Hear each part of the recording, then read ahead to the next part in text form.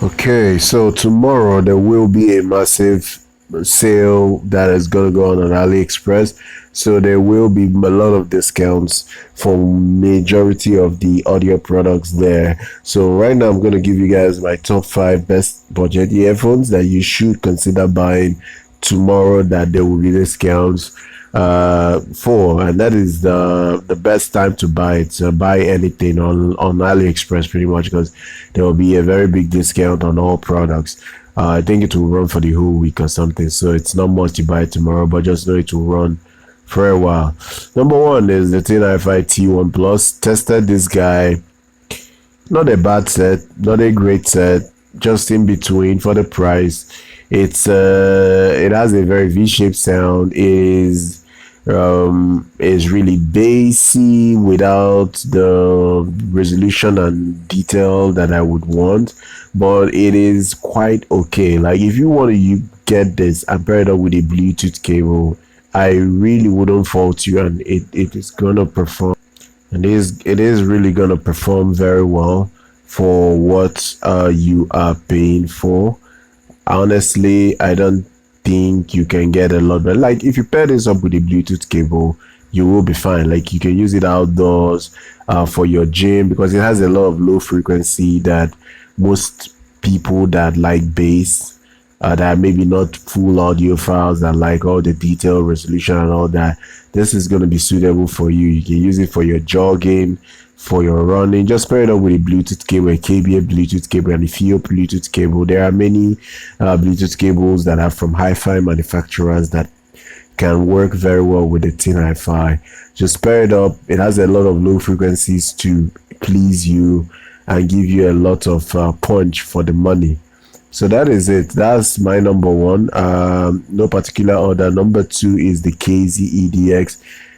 My pretty much for the price, it's still a benchmark for the price. Now, I understand a lot of people have reviewed other budget earphones that they say they are better than the EDX, but for now, though, for all the budget tests that I've had, EDX is still the best for me. Now, I know when you step over $50, there are a lot of better earphones out there. I know I can't compare the EDX. In fact, I really can't compare the EDX over something like $40-50. I think the max I can stretch.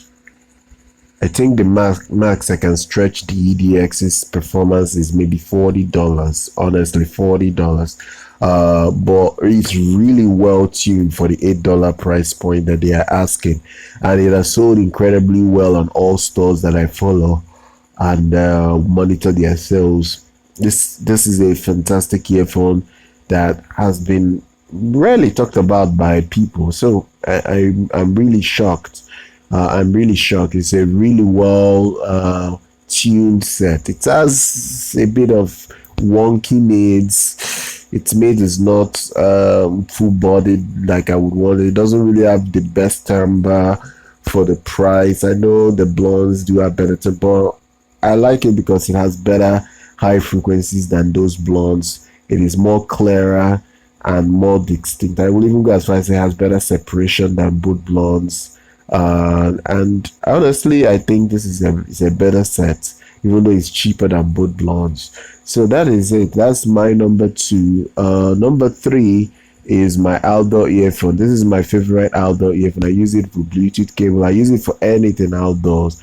It's JadeAudio EA1. I just like this earphone. It is fun. It is fun. It definitely beats out the TINHIFI T1. If you want a better TINHIFI T1, buy the JadeAudio EA1. It's a better earphone. I've done the comparison on this channel already. So honestly, this is the earphone I use outdoors. It's just perfect.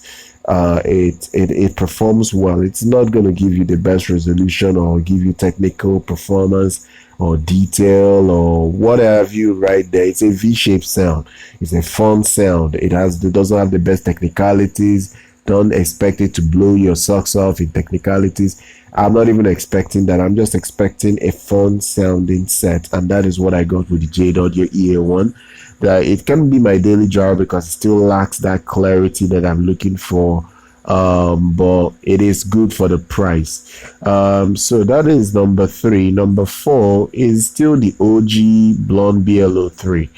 um I still come back to the OG blonde BLO3 because for the price and for when they made this earphone and for what it has been able to do in the earphone market space, not just for HiFi but for the earphone market in general, I think it's unprecedented and it needs to be given its credit. The blonde BLO3 is an icon in the. In fact, it's a Hall of Famer in the earphone world. It single-handedly changed my perception to earphones generally because I really never liked earphones because I used earphones back in the day in my university days, and I never really liked them that much because they couldn't stay in my ears.